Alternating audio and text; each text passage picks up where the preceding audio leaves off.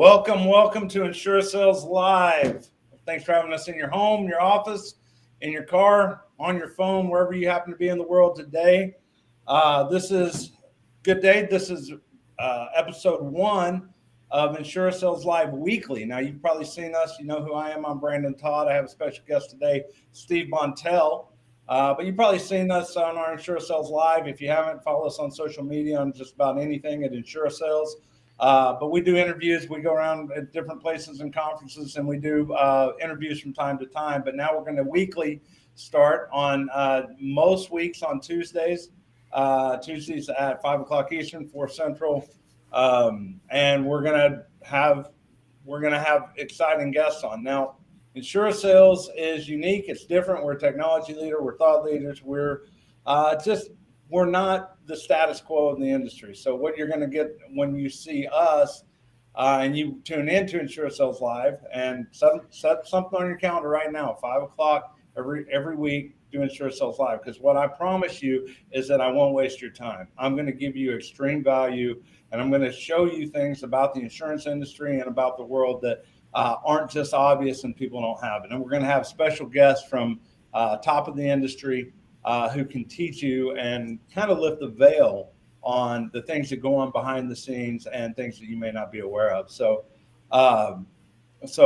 thanks for coming on, and make sure you like, subscribe, follow us. If you're in the live chat, now go ahead and put down where you're from. Say where you're from and see who's tuning in. We'd like to know where everyone's coming from, and say a special hi if you know me or would like to know me. Say a special hi for that, and tell us what is your biggest challenge in the insurance industry, and what do you think the biggest secrets in the insurance industry are, or the things you'd most like to know. Go ahead and put those in the live stream now. But without further ado, I want to introduce you to someone who's become just an integral part of my life, a great friend and a colleague who I think was a divine appointment for us coming together. His name's Steve Montel. His resume is as long as you can imagine in the insurance industry. And he's been on the inside from C-level positions at insurance companies, working with national marketing organizations.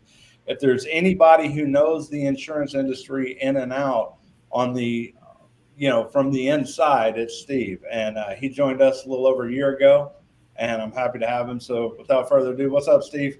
Hey, Brandon, thanks for having me on. So tell everybody a little bit about you, man. I don't even know where to start with your resume. I started talking. I'm like, he's just smart. Yeah, it could go on for a while, right?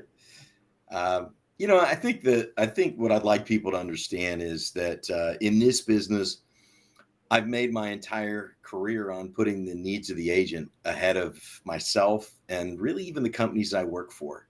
Because I've always felt like the hardest job in the entire industry is talking to agents or talking to customers on the phone. Actually, sometimes it is talking to agents, but talking to real life people, whether it's at the dinner table, it's trying to prospect, it's trying to figure out a lead source, it's trying to figure out how to make a living and do this day in and day out. It's a grind. And only because I spent so much time in my early years, I was an Allstate agent, I was a MetLife agent, had my own agency. Then somehow, some way, I was offered an opportunity to build the state of Florida with Progressive auto insurance at the time. Now we see Flo on TV, but Flo wasn't around back when I was there. And we did everything we could just to find agents who were really interested in promoting the brand and really building value in their agency. And Brandon, I decided a long time ago, by putting the needs of the agent, I was sacrificing a lot. And frankly, I look back at my career and I would say that maybe I didn't do as much perhaps as I probably could have, because I always erred on the side of protecting and caring about the agent first. And that was really one of the reasons why I think I gravitated my thought process and my career toward Insurasales and really what you're trying to do and your vision, because it really paralleled with mine. And I think we figured that out about a year ago. But you're right in what you said. It has been a long and distinguished career, but it's one in which I'm very grateful. I've spent so many times in boardrooms working with private investment and outside capital. I've worked with building products from the ground up. I've been in the end of life, the long-term care, the Medicare business, building products. And, it's interesting. I've seen the industry change now. We see a lot of aggregators and consolidators in the industry. And I've been around so long that I remember when those folks were just individual agents and small agencies themselves trying to figure out how to make it work. And I was hopefully very helpful in getting some of those guys launched in their career. So thank you for the warm introduction. It's an industry that I love. It's an industry that I hope to never retire from because I enjoy working in it so much. And I'm really thankful and blessed to be here with you. So I want to hone in on what you just said. You said in a lot of positions in the insurance business, as an insider at the companies and with the national marketing organizations, you said you sometimes couldn't have done as much as you wanted to do putting the agent first. Let's talk about that because I think that really goes to the heart. This industry is nothing without the agent. Of course, agents are nothing without the carriers too. So there's a symbiotic relationship. But what has held you back? Just speak to that a little bit. Well, I think when I say things like that, I mean that I've sat in executive meetings with CEOs and they've looked at me, and I've been the chief marketing officer of multiple insurance companies, the chief sales and marketing officer. I built so many different products. And when I sit down with my CEO, I'm always taken aback that a lot of CEOs in this industry have never sold insurance. They've never had to recruit an agent. They don't really understand how difficult it is to be successful in this business. And when you fight for agents, a lot of times, those individuals, I think, feel almost that there's a competitive nature to it. Instead of me focusing on doing everything I can to promote a home office and to make certain that everybody in my inner circle in the home office is taken care of, which I think a lot of those folks do. I believe that you build a healthy organization by crafting the right products, putting together the right people with the right services, and putting the agent's need first. And I did that and a lot of times just by cross training and putting all of the focus, the attention of everybody in that company on the individual agent, the same one that's in 4 feet of snow in Minneapolis on a winter day, right? Or someone that's down in Florida and it's a monsoon or hurricane coming and they're trying to figure out how to make a sale today to pay their rent bill at the end of every week. And those are kind of things, Brandon, that have been very important to me throughout my career. And I don't know if a lot of CEOs and a lot of executives sometimes I think are disconnected with that piece. I think they'd like to make you believe that they are, but until they're actually in a car, knocking on a door and seeing what happens in the life of an agent, I think sometimes they are disconnected. You think they do it? How many of them would actually go do it? How many would actually go door knocking or cold calling with the agents? I don't know, but I can assure you that I have, and I've loved doing it. And I will tell you that if they did, that this industry would be a much better industry. I truly believe that. Insurance in and of itself is fairly simple. It's not as complicated, I think, as a lot of people might want to believe it to be. It is very much an industry whereby if you're not selling policies, and a lot of times you hear about book runoffs or companies that are no longer in the business and they don't want to sell it. Yes, they're profitable for a while, very profitable for a while that business runs off the books.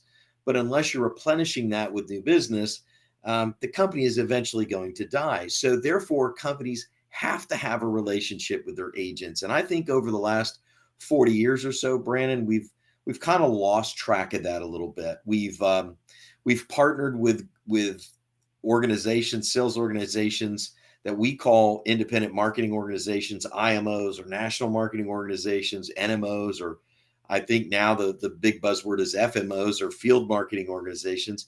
And we've kind of said, you go handle the agents, guys. We're the carrier. We'll manufacture and service the product, but you guys go market, recruit, and grow the business for us.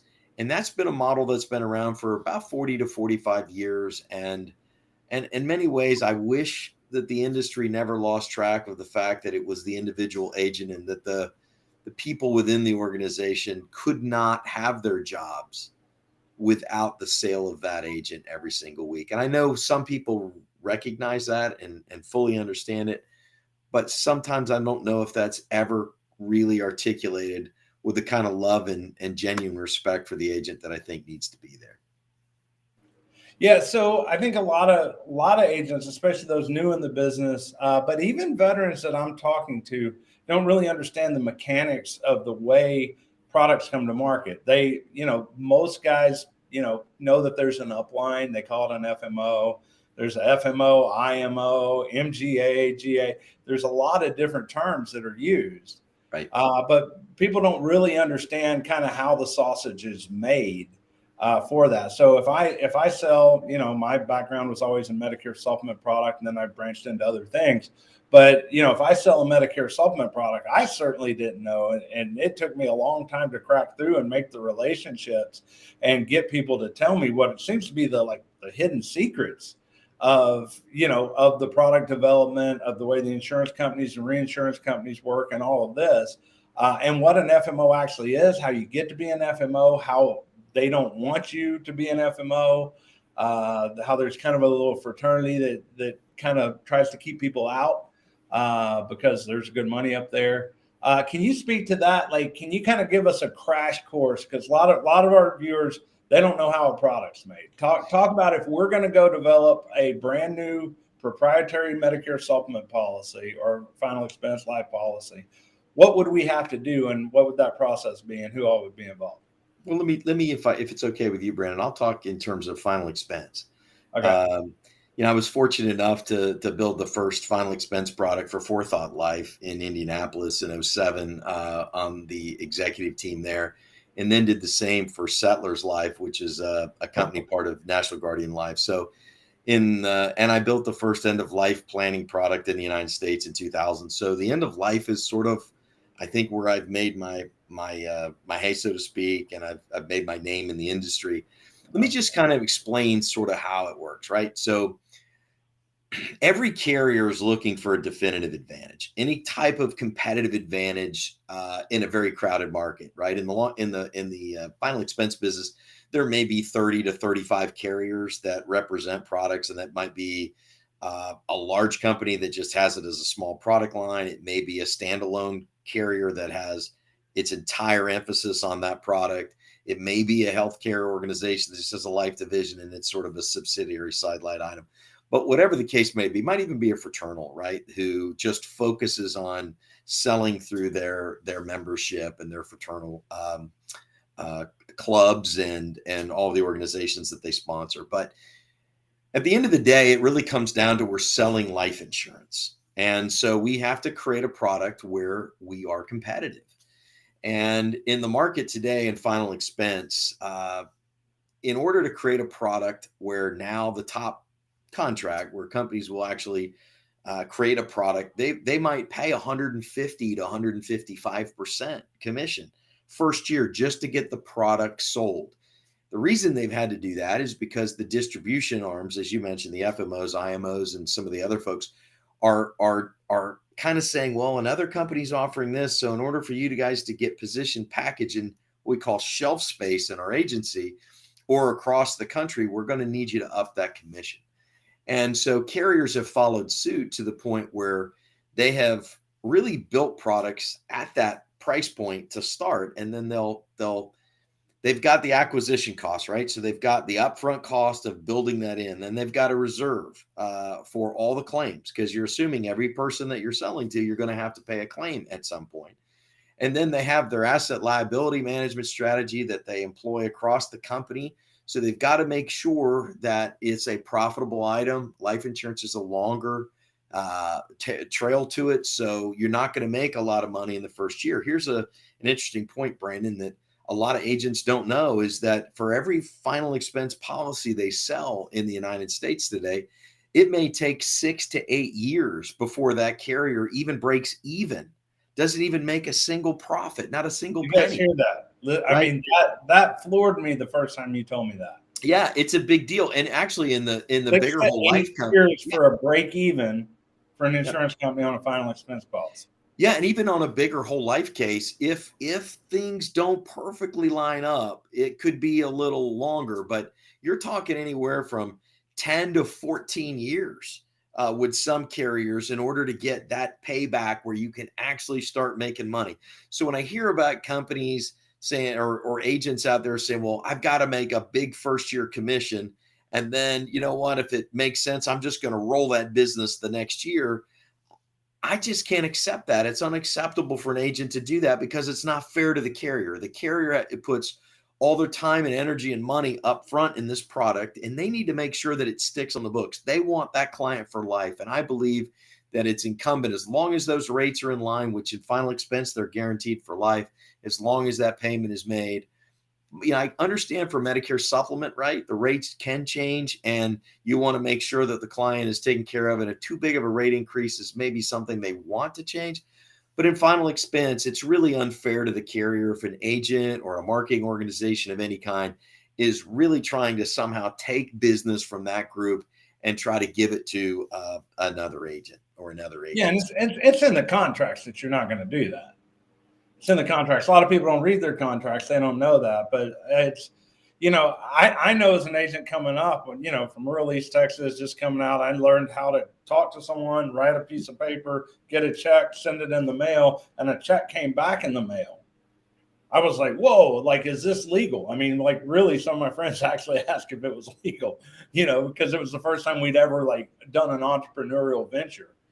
And so, immediately when the big bad insurance company started telling me, hey, we have this or that, I would reflexively say, oh, whatever, you guys are super wealthy and rich, and I don't want to hear about your problems.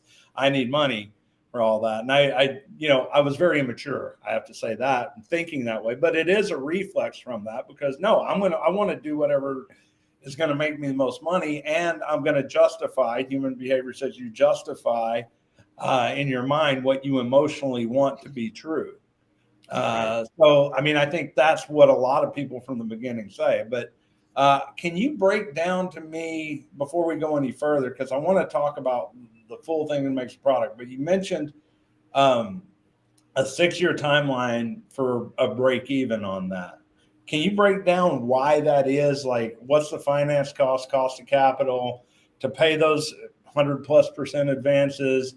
What are they looking at? Early claims loss, all of those different things. Can you kind of break that down succinctly? Yeah, well, you've kind of just touched on pretty much all of them. In order to sell it in today's climate, the way carriers look at it is I have to come up with a competitive commission that's going to be sold. So carriers have what they call DAC, which is direct acquisition cost, and all of that is their commissions. The cost of getting that policy issued includes all of the internal costs to sell that product, and that's a significant amount because you combine that with the fact that every state has a reserving capital requirement. So if you're then having to reserve the money for the claim, because assuming you sell a $10,000 policy today, the states have to see that you have the money there to pay. So you have to be solvent at all the times. And they have formulas. Each state has a formula, and the actuaries within your group make certain that that your solvency numbers, your risk-based capital, everything is in place that will pay those claims. Okay, that's the most important thing. What you've seen over the years when insurance departments have come in and shut down insurance companies from selling, either they where their investments were, where their risk-based capital score had fallen below what the state mandatory number is, and they became in a stage of insolvency. So it's really critical for agents who are going to sell products to work with a company that has really very strong financials. Not necessarily in the final expense business do you need to have an A minus rating of that kind of nature, but you need to have experience in the space, and you have to make certain that you are abiding by all the state regulations and that you have what I would call a very traditionally conservative approach to money management. I know there are certain carriers out there that are run by private equity that maybe have a little more aggressive timeline. While they might hit those timelines, it also can put them in a really difficult spot if they Right. don't. So I gotta pay someone 140 to 160% commission to the top line. Now, most agents out there don't know that there's 20 to 50% of all insurance premiums or commissions available aren't paid to the writing agent. And most agents don't even know. They think this is the commission, or maybe my upline gets a little piece. They don't realize that your upline probably has an upline, they probably have an upline, and the top level probably has some hidden levels that they don't even know about, product developers and things like that. So there's a whole lot of the commissions that go away. So I got to pay those. If I'm a carrier, I'm going to create an insurance policy. I got to pay for final expense. I got to pay that. It's called 150%. So I get $1 in premium in. I got to pay out $1.50. Well, that's not good business in the short term, is it? No. Now I also advance that. So normally like a 9-month advance. So I get $1 in. Now I got to pay $13.50 out. Well, this gets pretty hard. Now I start getting the dollars for 9 more months that kind of recoups that. But I have to do that. And then what happens? What else happens? Someone dies. Right. I got to pay out that claim. I got the state breathing down my back, making sure I have reserve requirements met. Right. And then you have to look, some carriers, depends on their size. If it's a decent size carrier, mid-size or above, as far as total assets, accessing capital,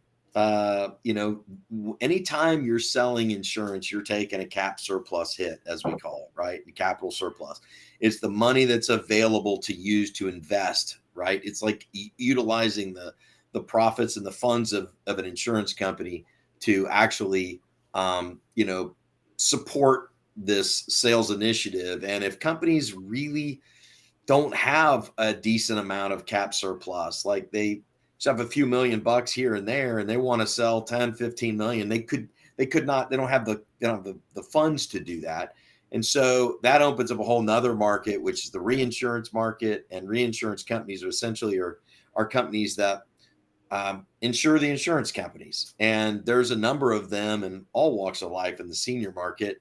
And they have a lot of experience, a lot of actuaries that can run a lot of numbers, but they will take on a lot of the risks that the insurance companies don't want to have. So these insurance companies that are smaller or do have maybe don't have the hedge or don't have the leverage because they're invested in so many other things, can hedge that a little bit by utilizing reinsurance. And that's what you see kind of a lot with companies that have really aggressive growth plans. And I've worked for a number of them.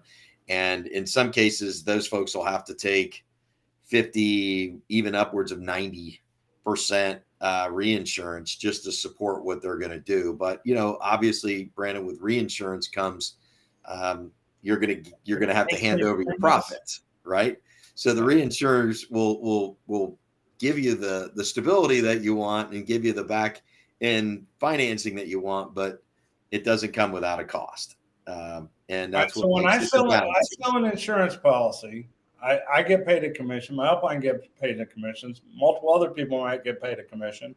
And then there might be some invisible commissions for the people who develop the product overall, and who knows what other back deals the company might have made, all to get this product to market. But then also this company may be paying a big reinsurance company to give them stability to have this amount of business. Now, one thing I found was fascinating is that, if you're an insurance agent, you want to sell insurance. You're like, there's no business as bad.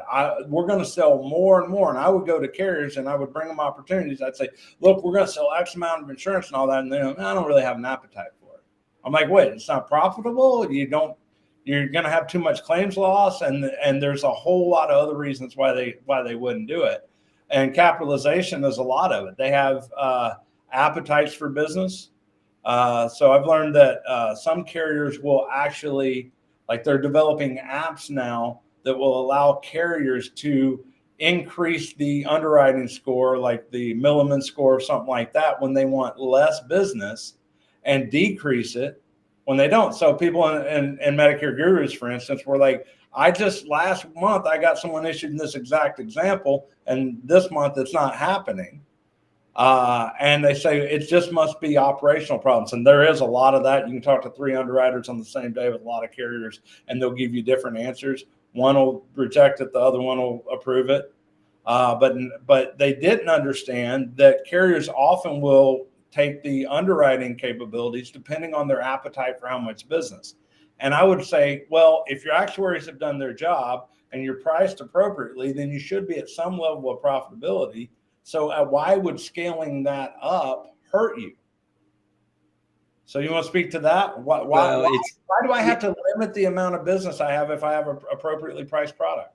Well, because at the end of the day, you're still dealing with an overall company, and the overall company is only going to be geared as far, and their valuating actuaries are going to figure all that stuff out. But you're going to get to a point where companies will say, I can only take 5 million of this, or 25 million of that, or 50 million of this. Some carriers, I mean, obviously the monster A++ rated AM Best carriers that have been around for 100 years, it's a non-issue.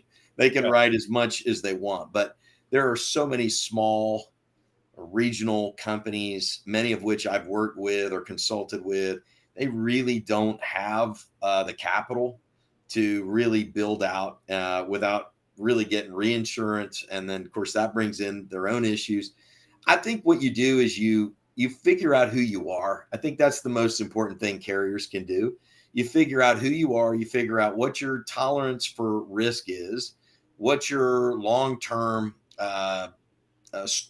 appetite is for that risk, and create products that are going to mirror exactly what you and the board want.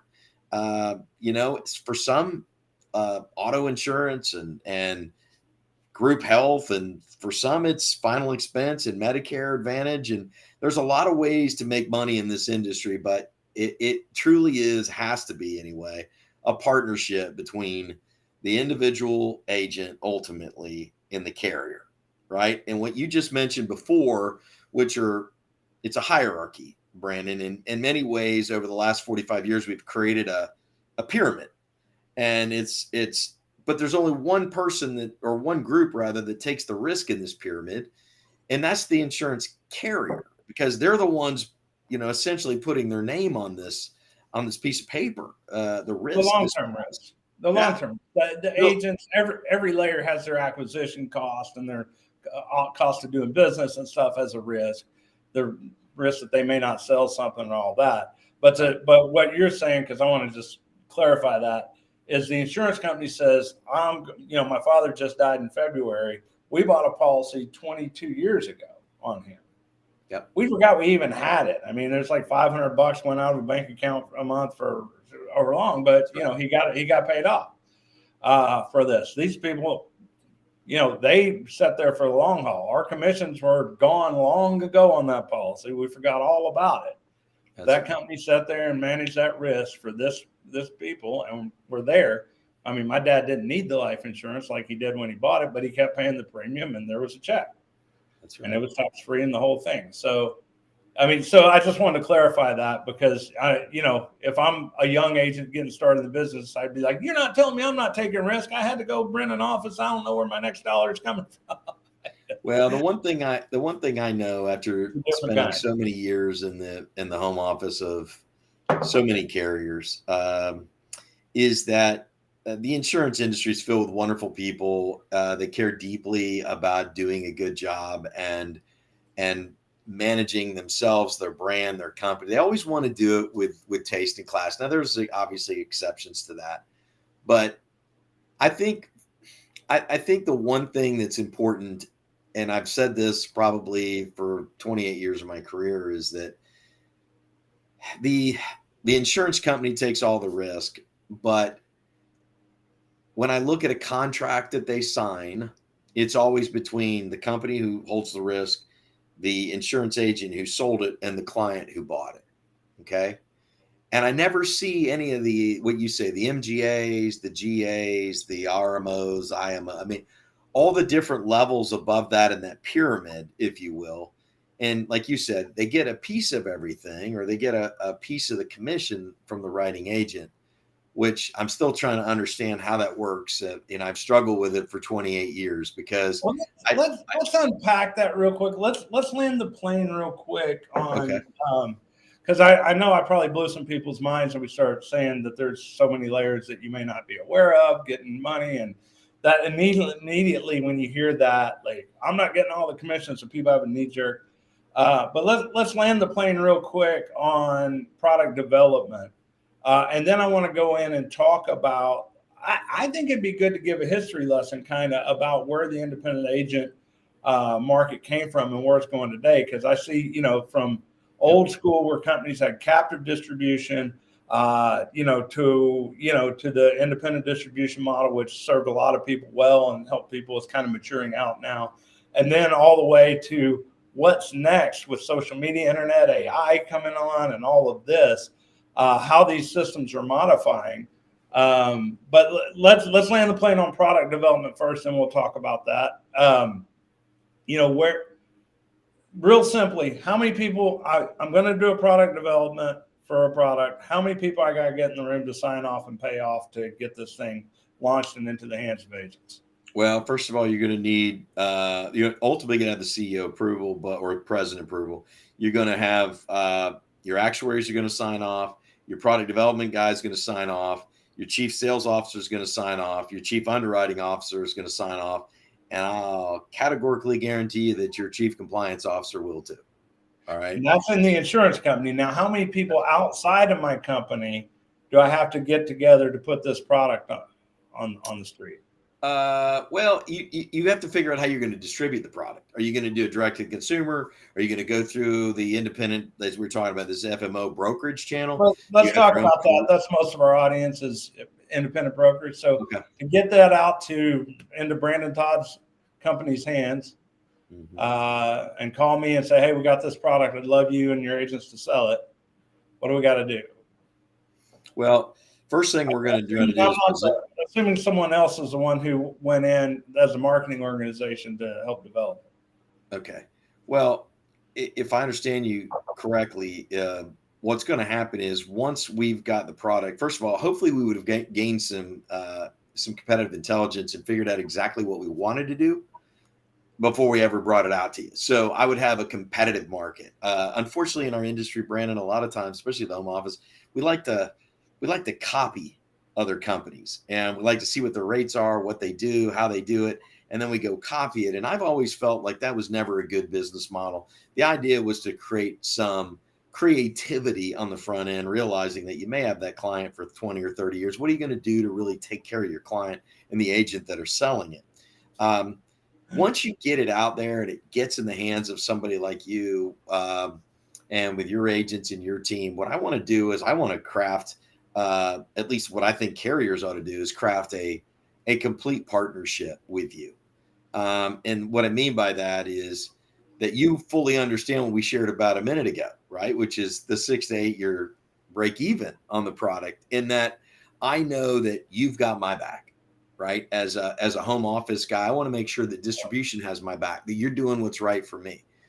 In exchange for that, I want to do what's right for you. And maybe that includes giving you some type of a lead financing, lead allowances, leads themselves, help you with recruiting, find a way for that phone to ring, whether it be new business or whether it be somebody that wants to sell new business for you. I believe that a carrier should become a true partner with the agent or agency that he's working with, not just, you got my product, here's my commission sheet, here's my app, go sell it. I think it has to be deeper than that. And it's been one of the issues I've struggled with in this industry, consulting with carriers, working with agents, is that there's not enough of that, because it's easier just to say, here, Brandon, take our product. It's priced well. The commissions are in line with everybody else, and have a nice day. Or I send my regional rep to come out. Hey, do you want to play golf? Do you want to fish? And the idea is like, you can golf and fish anytime you want. Come here and bring value that I can't ordinarily have on my own. Tell me something. I spent a decade isolating myself from the insurance companies because people would call me and say, yeah, I want to come down. I'm going to be in your area. I'm going to come down. We're putting it on the schedule. I want to take you to lunch. I'm like, I don't need to go to lunch. And so the VPs and all that, like, just learned to leave me alone for a long time. Like, no, let's talk. I mean, you don't even need to come down here. Let's talk. Tell me about what's going on in your company. How can we integrate? How can we start working on different ideas together? What resources do I have that are cutting edge that you need to get involved with? Well, I mean, I'm going to be there on July. Can I buy you dinner and maybe we can play golf? Like, no, I'm sorry, I'm busy. I'm working. But I mean, it was probably immature on my part. I'm just so busy doing what I'm doing. I didn't realize that I should have played golf because those long-term relationships do matter and things like that. But pretty much the carriers decided to just leave me alone and let me send in business and all that. Brandon, let me bring this one other question, because what you said is so important. And it goes into the evolution of the independent distribution. So it seems like everyone's trying to do nothing. Or take something off their plate, the outsourcing idea. So the carriers an insurance company used to be the sales organization, and the sideline was that they sold the products, but it was the biggest sales organization out there. And then, we can talk about that. But as they start outsourcing distribution to third-party companies, FMOs, IMOs, NMOs, and those people start recruiting the agents, and then they have their own agendas for cross-company stuff and all this other stuff. Well, everyone seems to be dissociated. Because I know I started in 1997, and there was no one really showing me what it's like to be a carrier. I didn't have an aligned interest with any carrier, except that if I met that parameters, kind of like an API now. It's like, here's what it is. You can send this application in. If it meets the parameters, and we'll send you a check. That was our aligned interest. That was it. But we weren't trying to build anything together or do anything together. I just want to mention that because I think that is kind of where we are now. And part of what we are doing at Insurasales is trying to help align people's interests through technology and community and things like that. So talk to that. Yeah, I think you're right. The industry has really, we see all the insurtech, fintechs. We see companies coming in with a new way to handle claims, or they'll come in and say we got a new way to market homeowners insurance, or you know what I mean, without naming names. And they all have some great idea, right? Brand new life distribution company, right? We sell life insurance so differently. Everybody wants to line up and buy it. The problem is that we haven't found anybody that buys life insurance yet in large bulk. We get people that need it to be sold to them. So they need to have an agent. And I find it interesting that a lot of the insurtech companies have now gone back to independent brokers all around the country to say, hey, you sell it. But they're selling a private labeled or white labeled product made by an insurance company that's looking for different distribution outside of their direct to the consumer approach, and they're going back to brokers. So I guess what's always new is old again, right? And it really comes back to agents are the ones who sell the business. My issue has been, okay, if you know that it's the agent and you're the insurance company, and paying 150%, where's it going to stop, right? 150 becomes 155, becomes 160, becomes 170. When do you get in your mind, like as you mentioned, Brandon, so correctly, is that when we had the debit business or the agents that would knock on doors every week to collect their premium payment, which, by the way, there's still several companies out there that do that in the United States. Are there really?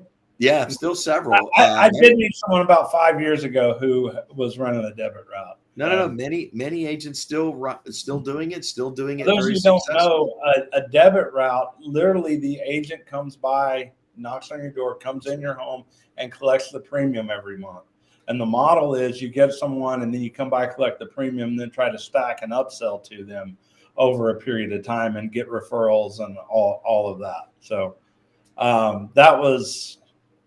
that was archaic when I started in the business in the mid to late 90s. It was very archaic, but there was still some around. But you're saying there's still some there. Oh yeah, still several companies that still do it across the U.S. and are still very successful doing it.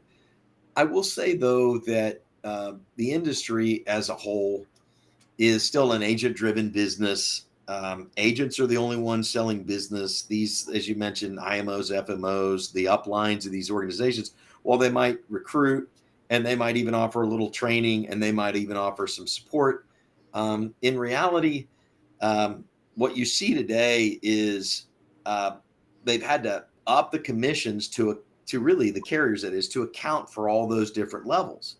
If the carriers didn't have to account for all those levels and could just pay a essentially a base commission with bonuses and overrides to maybe managers that work in those as offices, if you will, like they do with career companies, it would be you could create a significantly lower price product, Brandon, just because of the way it is. But it's interesting. Or you could pay the agents more. Yeah, it could pay the agents more. Pay the agents more. You could put more towards agent support, towards those kind of things. Because let's talk about this. So, what's happening in the FMO industry? I mean, I know the FMO industry. I know how to do that, and the way to do that is get it when a new product comes out. Get everyone licensed in your hierarchy. I call it insert yourself into their hierarchy. And so that anything they happen to buy gets there. People have all kinds of support systems or things they offer, bonuses, all this stuff where they're competing against it. But it's its own industry.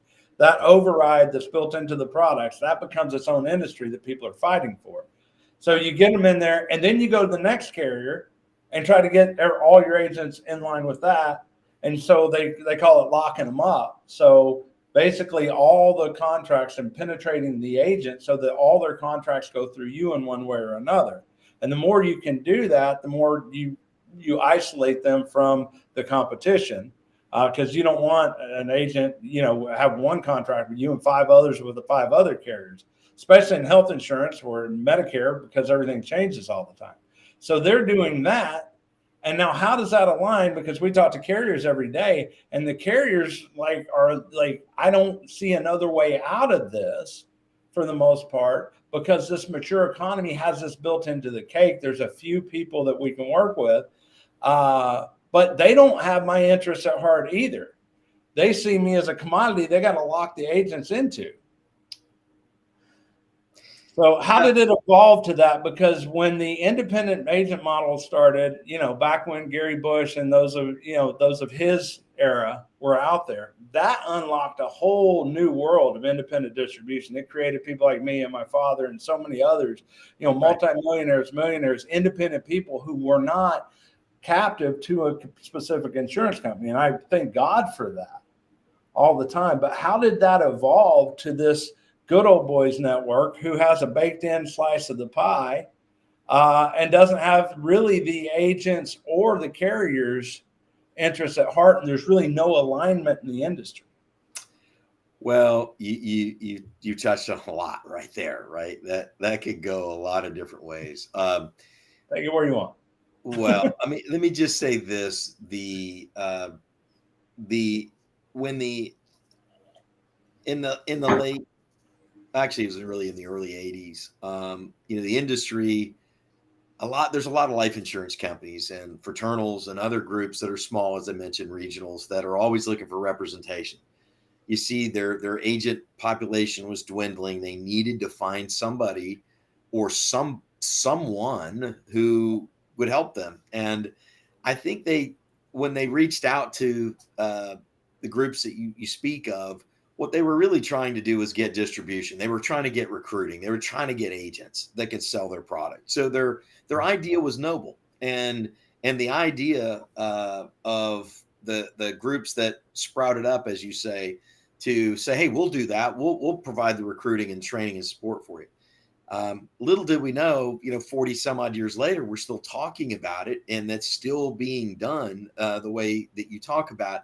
I will say this: there are some really good folks in the industry that are doing wonderful work, wonderful training. They do it where they truly are partners with the agents. But what I've noticed, Brandon, over the last probably 10, 15 years, that it's not really that way. What you've seen is a lot of small agents who were selling or maybe never sold a policy in their life said, hey, I can make more money just recruiting people. I could just recruit people in this business, get paid a 5 or 10 point override in that pyramid I talked about before, and then just let those guys come in and I'll recruit them and let them go sell, and I'll make my living off the backs of agents. I don't believe that was the intent of the individuals 45 years ago. I don't think that was the intent of the carriers to create that, but it's been created. And so what's happened is more and more people who are in the insurance business who hear about being an agent say, why do I want to be an agent when I can go recruit? I'll tell you a funny story. Not too long ago, I was someone reached out to me. I don't know how, but reached out to me and said, hey, Steve, would you like to become an agent with my organization? And I just kind of played along and said, well, talk to me about your organization. Talk to me about his company. And I said, well, it sounds like you got a wonderful company. And I said, can I ask you a quick question? Because you've spent 10 minutes talking to me about how great your company is. And I said, can I ask you one question? I said, yeah. Have you ever sold insurance? Have you ever gone door to door? Have you ever had to deliver a claim check? Have you ever had to go and try to save a cancellation, right? Have you ever been on a call where you just got totally ripped by somebody for an hour and then saved the account and actually got referrals off of it?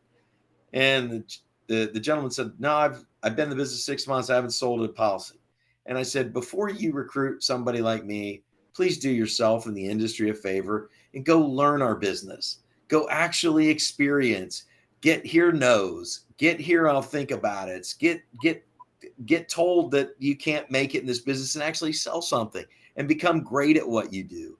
And you know what? Find tools that are going to help you. Just don't sit there and try to recruit people and try to build your career off the backs of somebody. Go out and actually learn how to be a true salesman.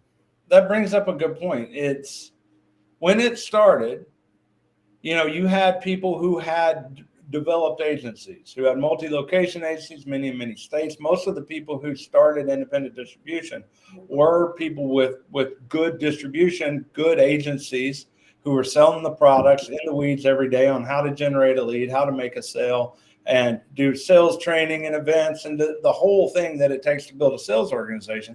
Those were the people that the carriers were outsourcing to under this model. But over time, it seems to have graduated to where, I always use the beehive analogy. So my grandfather was a beekeeper. It's some of my best memories was my grandfather. In the summers, I would go up there and he had a farm, and one of his major things was bees. And so I loved harvesting the honey. If you've never harvested honey from bee, it's like liquid gold. It's just an amazing experience. But what you do is you have these boxes, where all the bees live, and they lay their eggs and they keep regenerating and reproducing and all that. And in each one of those little combs, you have either brood, which is the larvae, the about to be a baby bee, or you have honey, and they're all mixed up together. The queen goes and lays eggs wherever, but the harvesters, they come in and they put an excluder that keeps the queen out of that top box. It keeps her out because that harvest needs to be fresh without a lot of brood in it. Now that brood, that excluder keeps her out because she's bigger than the rest. That's how it works. And so only the worker bees get in there, and then they make that good, crisp, clean honey with the comb, and they cap it really good. Like if you've ever seen the honeycomb, it's like that. So basically what started out as an expansion of agency that we expanded and said, okay, we're building stuff. Now we're going to outsource. Companies can outsource their distribution game to us. Became a cottage industry. And we kind of put a few people at the top, kind of put that excluder in there. And now there's baked into the cake, there's that top hive full of fresh raw honey and comb, which we call overrides. And there's a few people in this fraternity that get that, and they can kind of fight over it and all of that. But there's a loss of alignment between the carriers, the agents, and even their quote unquote upline or FMO or distribution. And I say all that because since there is that industry about getting that top bar hive, what you actually get is you get companies that never sold insurance. I never knew this. I'll back up. When I started out broke as I can be, living in rural East Texas, driving around, going home to home.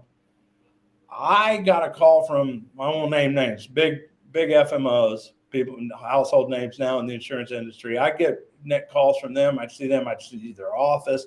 I'd hear them. I'd call. They'd have a hold music. I'm like, whoa, these people are so smart. They're so wonderful.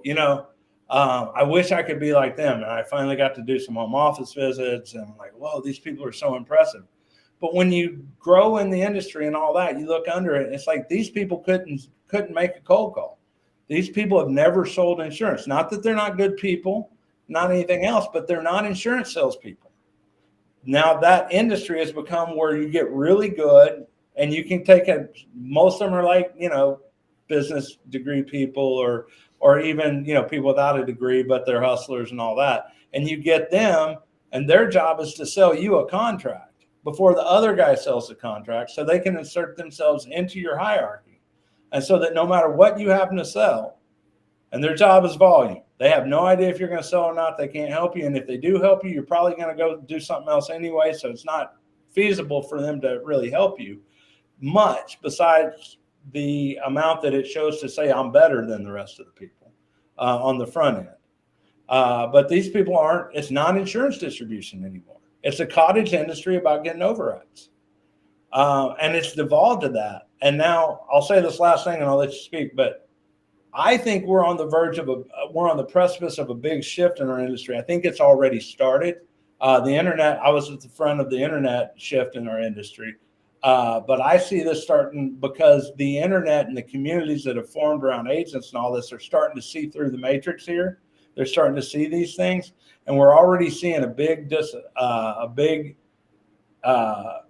shift mentally, at least, away from that, and we're starting to see hybrid organizations start to form again, where it is the distributors who get the majority of the overrides and the commissions and things like that. The people and agents are gravitating towards the people who actually do sell insurance and have the experience in the field, not just trying to sell contracts.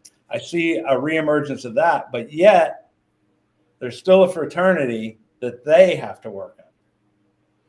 Yeah, I think you said it all, and I was smiling throughout because I was the chief marketing officer of a company where the president was actually a beekeeper. And when you talked about the liquid honey, when he would bring it in, I was like, oh man. And I don't even buy honey, but that's stuff that you'd never turn down. That's as good as it gets. So, Brandon, I'll leave it to you like this. When I was running a company, running the sales and marketing of a life insurance carrier, I built a product with 145% first year commission. I built it. I got it actuarially approved, did all the same things I shared with you that I do.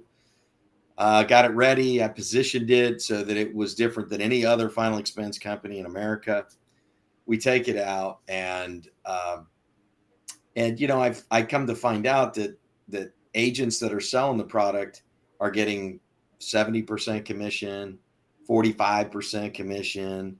I even had one group told me their lead costs had gotten so high that they needed to lower the commission to 25% first year commission. True story.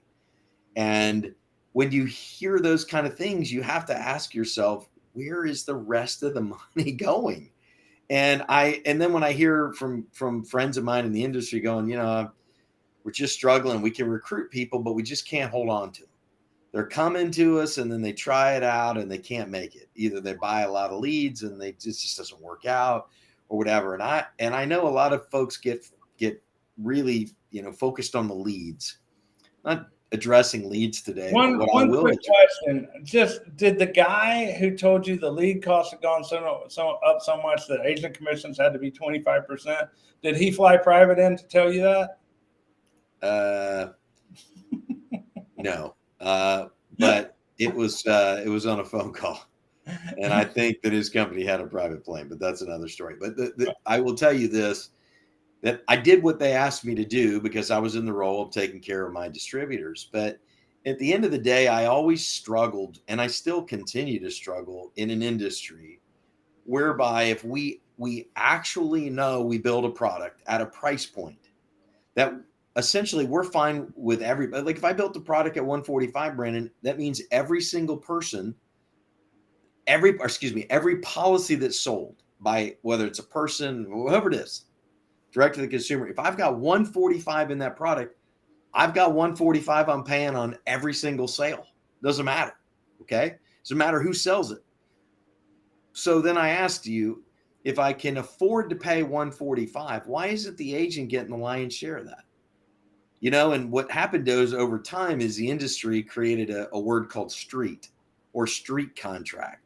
And that was an idea that came up between the distribution arms, the pyramid upline that you talk about, and the carriers. And the carriers said, well, we'll agree to that. And final expense, a lot of times carriers would go anywhere from 105 to 120. And they would say that would be the first year commission. And there'd be agents out there that were recruited or, as you said, locked up to sell it. But then the question I always had was, okay, you're paying them 115%, but there's 145 in it. So what's the other 30? Where's the other 30% going to? Could that not be going to that agent or the lion's share of that agent? Are you giving the agent contact management system? Are you giving that agent leads? Are you giving that agent insurance? Are you giving him? I mean, I know for some of them, some people would laugh at me all the time and say, Steve, I'm on the phone every day with my agents trying to prevent them from jumping, right? I'm protecting them and protecting their marriage and trying to keep them together, right?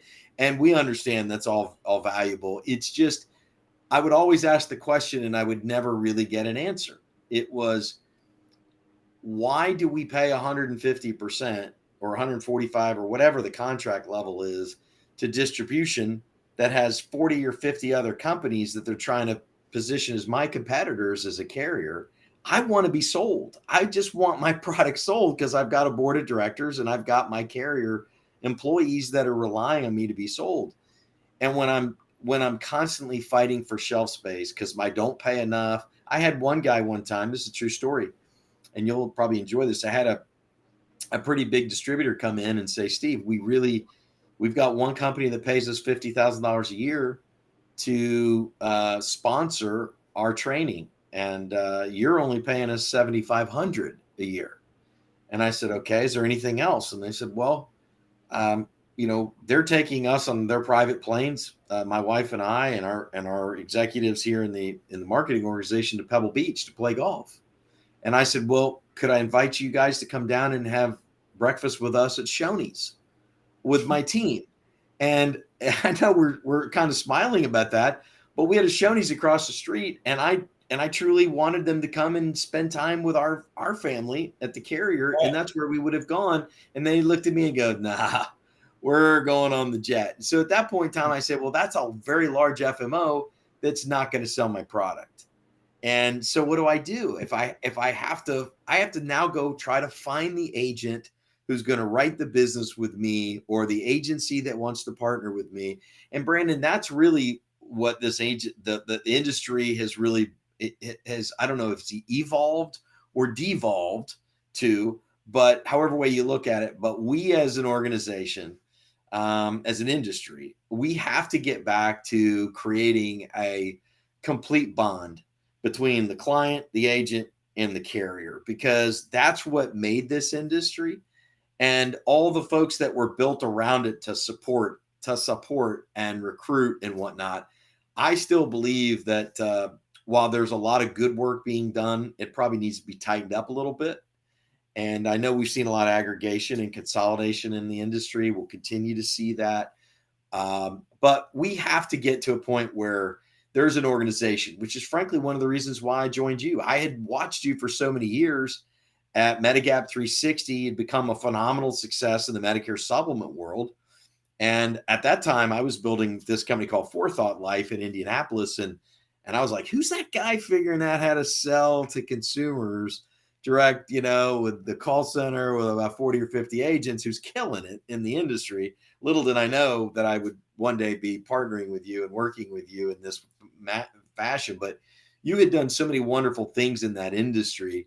And that was an opportunity for carriers back then to have a partnership with you and that team where you could really build it together. And I think that's what this industry is going to going to evolve into. And I think with Insurasales and all the things that you have and that, you know, have really built for the last 18 years, where it truly is an agency in a box, where, you know, agents, carriers, um, and really everybody that's involved in the selling of life and health insurance can live off that platform and do it in a way where truly everybody wins. And I think when the world really gets to see all of Brandon Todd and Insurasales, I know for one, I'll be very proud of it. Don't give too much away. The We're industry holding. will too. And don't give too much away real quick. But I won't, but yeah, go to you know, keep watching, follow us on here, and you're going to learn a whole lot of stuff real quick. yeah. But with that, got a little bit of time here left. We're in over an hour, but it's open ended. So let's talk about your role with Insurasales. I mean, you know, when you and I first met, it's a funny story because I didn't even know who you were. Again, like I've been hiding under a rock for 10 years. I don't go out to lunch for anyone. I don't go to industry events. I'd show up at ICMG every third year when I had something to talk about, and I'd sponsor it and then come in and talk about it. And then I wouldn't need it for events for a couple of years and things like that. But I didn't know who you were. And I got on LinkedIn because I'm trying to figure out how to do social media. And I saw this guy just write the most heartfelt message I've ever read. Said, you know, the Lord's put it on his heart to find new opportunities. And if anyone knows anybody, and he's just this really long, beautifully written thing. And I said, look, this guy sounds great. Let me reach out to him. I didn't think he'd respond. But then we talked for, God, 4 hours on the phone and then 5 hours in person. And, you know, we probably put in a half a week's work of just heart to hearts before we decided to work together. You know, but it was that we were ideologically aligned that in the end, you know, it's about the agent, it's about the man on the street, not just the insurance agent, but throughout the entire world. I think the world of consolidation and all that has left the guy on the street behind. And the thing is, all those layers above us who do the work on the ground, we could live without them. They couldn't live anything. They couldn't live without us. If we stop working, they're done. If they go away, we're richer and we're better and we're less constrained. So, you know, those kind of concepts, and I'm butchering it right now just off the cuff, but those kind of concepts we really align around. Your experience in the insurance industry, you know, and on the carrier side and carrier relations side and product development side for even affinity groups and other things that we're putting together. You know, it's been invaluable to us. But talk a little bit about what you're looking for as what your title is. I always get it wrong. And what you're looking for, and if people want to reach out to you and want to learn more about Insurasales and how we can actually do a good job for them, then talk about that. Yeah, so you kind of nailed it. I've tried to, at every stop along the way, I just believe in full transparency. I just do. I've felt that way with all my employees that have worked for me, for all my teams and my boards and whatnot. We gain nothing by trying to figure out how to hide stuff. My feeling is the industry needs change. And change is actually really good most of the time. It just sometimes make you feel a little uncomfortable. We get to the other side, it's great. And I've watched our industry, Brandon, for the last 40 some odd years and come and go. And I don't really see any material change. I really don't. A lot of the companies that have come in the business who claim that they're going to change the industry with private equity money, most of them go broke, never make a profit. They're out of the business a couple of years later, or they sell whatever's left over to somebody else who then tries and they never make it. And so what I was really wanting in my career, particularly after consulting and working in the senior market now for most of my career, was somebody that was actually going to do something different. Somebody that I felt could be the Amazon of the insurance industry, right? could be somebody that would make life easier for an agent, that would give an agent an opportunity to really win at this industry like he's never won before. That was critical to me, and I expressed that in that post. Is that and I write a lot on LinkedIn, and I have a lot of followers, and I'm thankful for all of them. But they all know that I'm very, very honest and transparent, and I'm okay with putting my faith and my heart on my sleeve. I believe in the Lord above, and I'm not here. I can't breathe. I can't live without Him. So, which is the reason I was attracted to you, because my core beliefs and core values are radical honesty, radical transparency. We are who we are. Don't hide it. Let's not waste time. It's okay to be you. It's okay, no matter what in our organization. It's okay to be you. It's okay to fail. It's okay to mess up. Keep trying. Keep getting better. It's not okay to not keep getting better. It's not okay, but it's not okay to lie or to quit trying or quit getting better. But you can mess up all you want, or all that you do if you're trying. So that, but in organizations, so much everyone's putting on airs. You go into corporations, you go in their boardroom, everyone's got an angle, everyone's playing something, and then everyone's trying to obfuscate responsibility so they can slide through the cracks. But when you've been in the meetings, I want people finding the problems. I come to work to find a problem. What's the problem? What's wrong? How do we fix it? How can it be better? And how did you screw it up? Because if you can tell me exactly how you screwed it up, then we can figure out how to make it better, right? I'm not worried about you being in trouble.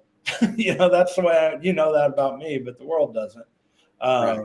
But that radical transparency and wearing your heart on your sleeve, I think that's okay. And our culture, that's what we expect, actually. Yeah, well, you've kind of engraved that with all the people and the team and whatnot. But for me, I'm at a stage in my career where I've lived almost 11 years away from my wife and children. I've lived all across America. I've been in all types of environments. I tell people I've lived almost 11 years away, Brandon, from my wife and kids. And I'm not even including the fact that for most of my career, I was gone Sunday through Thursday, and I still lived at home. Right. And so if you add all that together, it might be considerably more. And so it's gone. I've sacrificed almost everything to this industry because I love it. I truly do. And I love the agents. I love most of the FMOs and IMOs that we talked about, right? They're good friends. The carriers have been really wonderful to me, have hired me. I thank them for all the years of helping me. But, there came a time where, when we talked a little over a year ago, where I said, Brandon has actually done it. There's a lot of people that talk about doing it and they want to create change, but very few people have actually done it. And you actually changed the Medicare supplement industry as a whole in the United States. You truly did. Whether people don't know about it or have never heard about it, you were the entrepreneur that took a risk and said, I'm going to actually do something no one else has done. And you were wildly successful at it. Okay. But at the same time, you've always put the needs of your family and your team and your staff ahead of your own, which that selflessness was also something that attracted me. So when I said to you, I said, Brandon, I'll come in and I'll head up corporate projects and strategic initiatives for the company. All right. So as we're looking at places we want to invest, maybe there's projects that we want to do, maybe there's carriers that we really want a partnership with. Let me talk to them and let me find out, first of all, if they want to do that, but maybe more importantly, that we want to do that, that we want to do that with them. And I think over the last year or so, we've really found out those carriers, those partners, those friends that we really want to kind of change the industry together with. And I will tell you, I won't share our quote unquote secret, right? But I will share this. I have spoken to many, many carrier executives off the record. Okay. And they have told me privately that everything is pretty much par for the course. They just keep doing the same old, same old. I said, yes. What we are, though, right now, Steve, is we are rooting for you and Brandon. We want Insurasales to radically change our industry and really give it back to the agent and give it back to the companies that believe in and putting their needs first. So any way that we can help you and Brandon is what I hear almost on a daily basis, Brandon. So I know that the industry is ripe for change. Whereas we've seen aggregating of a distribution arm, while that's maybe a good business strategy for them, what we see is a strategy that will really kind of integrate carriers and agents in a way that, frankly, I don't think they've been this way for 30 or 40 years. And if we can do it like I think we can, I think we radically shift the industry back to the carrier and the agent with maybe other people too supporting in that world, but in a way that I don't think anybody's seen. And so for that, I'm thankful you gave me the opportunity to partner with you. And I truly believe that we're going to do some big things together, and all agents and agencies and IMOs and FMOs. I think everybody will win in this new process. So Steve Jobs saw this a couple years ago. It was fascinating. There's an old clip of Steve Jobs, and he was developing the iPhone, and he brought it to people, and they said, "Well, have we surveyed all of our customers to find out what they're looking for, what they want?" And he said, "How can people know what they want when they've never seen it before?" Steve Jobs was an innovator. He saw the matrix. He saw the future. He saw the new thing. And I'm no Steve Jobs, but that resonates with me because someone with my skill set and all that. What I always see is, and if you're an entrepreneur out there, is don't focus on market metrics or industry talk or what's the industry. That's just plugging into an old arcane system. Listen to your customers. Look at your customers. Look at what they want. Look at what fears they have, what frustrations they have, and create something and say, what world would I live in that these problems don't exist anymore? If you can do that, then you can create that new world and that new product that no one has created before. That's the creation process. So, I'll leave it there. But you can't know what you want if you've never seen it before. But what people do want is all their problems solved.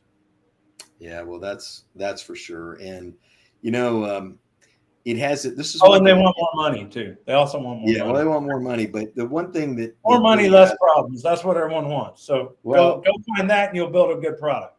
Well, in our business, though, that some things just never change, right? If you're going to be in 100% commission industry like we are, you have to sell in order to make a living, right? So you need to be with a company that makes it as easy as possible for you to do that. You need carriers that are going to support you in your career and care about you and your spouse or your loved ones, your family, like they would their own employees. Again, back to a true partnership.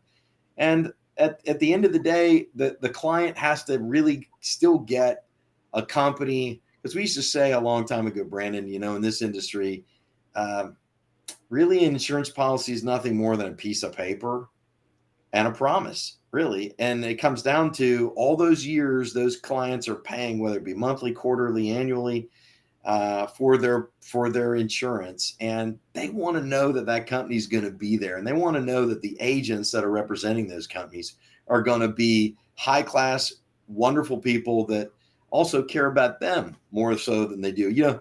I always say this, and people who've known me for years, who have watched me speak, or I've gone in front of a number of marketing groups over my career. And I've always said, look, you want to be the guy when your clients come into the grocery store, you see them at the front, you give them a great big hug, and you start walking with them over to the produce section. And then you say, hey, I'll give you a call on next week and I'll come by and see you or whatever. Right. You don't want to be the guy that says, oh crap, and hide behind the frozen food section. Right. Because, there's my client. Right.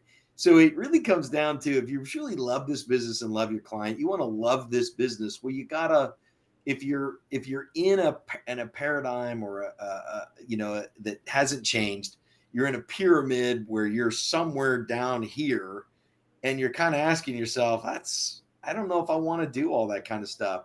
then you're probably at some point looking for change, and you need somebody to like light that fire and give you an opportunity. And frankly, Brandon, that's, you talk about those 9 hours that we spent talking together, but that was a time when the fuse was lit, I think, between you and I both. And I believe in you, and I believe in what you're about. And I know the people who have watched your career develop over the years believe in you too. And so, I'm proud and honored to help you build Insurasales. And I think that when the agents and all the other people around the United States, when they see it, they're going to say, okay, game on. And this could be a lot of fun. We'll leave it there. Steve, is the best way to get in touch with you on LinkedIn? Yeah, no, you could do it LinkedIn if you want. You guys are always there. Let me know what you think. But if you want to reach out to me direct, it's Steve Bontel, Bontell at Insurasales. That's INSURASALES.com. Or if you're just bored and you say, man, I want to talk to that cat, right? It's 423-742-0609. Again, 423-742-0609. And real quick, Brandon, they're putting it on the bottom third. Let's see if he can get the number up there real quick. Yeah, and real quick, the phone number. People go, "Are you nuts?" Like, I was a chief marketing officer of companies that have hundreds of thousands of agents across the country, and they go, "Are you nuts? You're putting it out there." I said, yeah, my wife learned a long time ago that I work 24/7, and I don't care if I'm in church or I'm at dinner. If an agent's calling, I'm taking the call, and I'm going to do whatever I can to help them. So that's an important piece of the pie. That's what we do here. So many phone calls we just lost got eaten up. So you had a pause there for a second on my end. I don't know. But yeah, I've learned that people don't want to use their phone anymore. They may text you when they get that. It's okay, less of a risk than it once was to put it out there publicly. But so there's Steve, man. Radical transparency. Here's my phone number. Here's my happy to help. Email address. Let's do business. If what we talk about resonates with you, our job is to help every single person in the world find a better opportunity, a better way of doing business. There's not a whole lot we're releasing yet on some of the things that are coming up, but follow us here. Wherever you're watching this, we're on every social media, YouTube, Instagram, TikTok, everywhere, Facebook. Wherever you're watching this, make sure to like it, subscribe it, share it with your friends, help us get the word out. And any final words, Steve? No, just